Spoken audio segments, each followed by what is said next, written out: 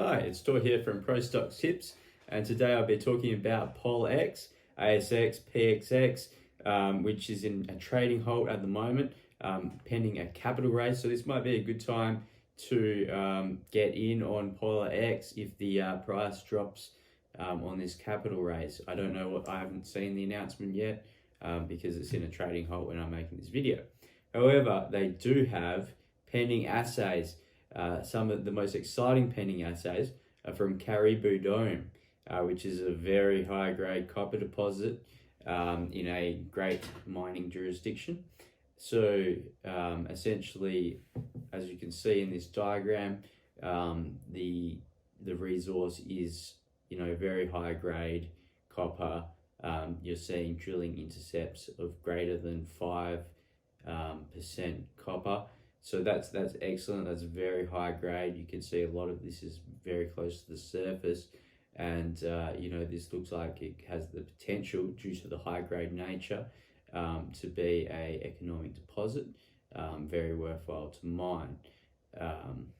Especially in the area where it is, I think that they would be able to exploit this resource potentially. I guess we'd have to wait to the scoping study. However, on the release of exciting assays, as you can see from these cores, there's some very fine-grained minerals. So obviously you've got pyrite and chalcocite. Pyrite, it's hard to see because it's very fine-grained. However, it should be similar to the other material that they've already drilled. So this should be a high-grade result, I would hope. And we could see the share price jump quite substantially on the assay if it is very positive. Then it may obviously drop down like it has done in the past, potentially hold a good level as there be more assays coming out. But it's very hard to say without seeing the share price reaction to the assay. However, if it is good, a good spike, you might want to sell at the peak and buy back cheaper, or establish some free carry. Up to you what your trading strategy is. However, I do like to get in on these pending assays. Obviously, I had a great one the other week with Emerson Resources.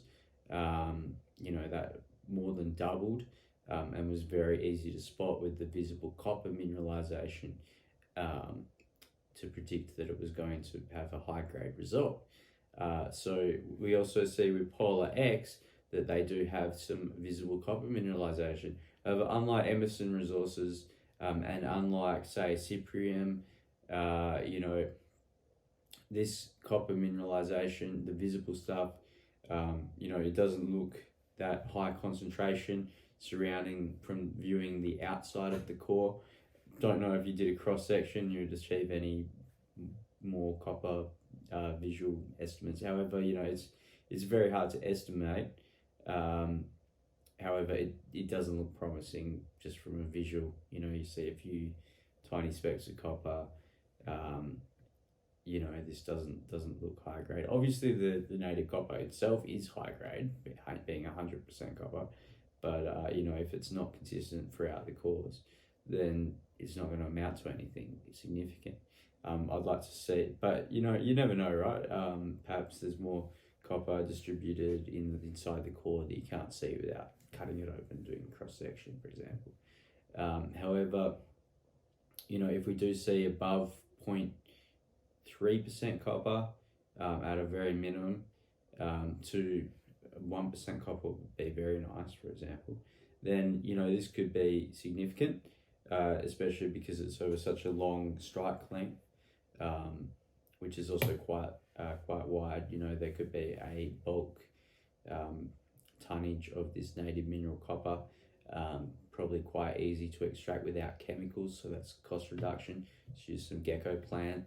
This could be a good mine, but that all just comes down to grade and consistency. I think we're going to have to wait to see the assays before we can make any conclusions at all about the visible copper mineralization. We also have, with Polarx, two other exciting projects. So one right next to Black Canyon, so right next to a 5 million ounce gold mine, and as you can see, Polarx has some high grade rock chips and anomalies up there. So, that looks exciting if they drill into this, or, they're going to potentially be releasing some of those rock chip or soil geochemical assays. So that might be very exciting to see. Very good indicators. Wouldn't it be great if they find a 5 million ounce gold project, some sort of simple heap leach project, very cheap and economic. So they also have another project next to the, I guess a long trend potentially of the Rochester silver mine. So it's a silver gold mine, mainly silver, I believe. So that's quite a lot of million ounces of silver in that deposit. So that's quite exciting. What if they find a repeat of either of these two large gold or gold and silver mines, combined with their high grade copper resources, which they're drilling out and doing scoping studies on. So very exciting stuff with Polarx. Maybe we could see on the assays, hopefully, I'd hope for 50% spike. That would be really ideal. I would like that. And in the long term, it's got long term potential. It could certainly be coming from this low market capitalization.